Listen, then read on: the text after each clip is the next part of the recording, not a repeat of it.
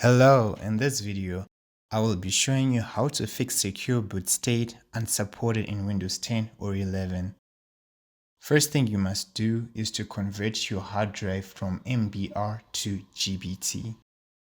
What you can do is to go and remove your system protection.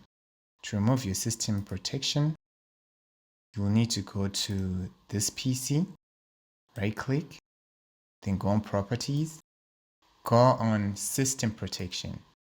Make sure that it's off. What you do is configure and then click on disable system protection, apply and OK. After you've done this, then you need to go to your CMD or your command prompt. Just go on here, type in CMD, run as administrator.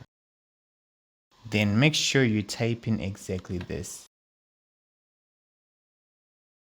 Once you type in this, after it's done, then you'll need to go to this next step.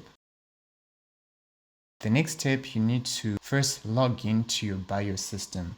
You can do this by restarting your computer and press F2, F10 or F12 depending on your computer. Once you're in your BIOS system, navigate to security settings. After that, look for secure boot, enable it. And you'll need to look for UEFI mode, enable it. Or you can disable legacy mode. After you're done that, just save and exit or press F10, then save, and you're done.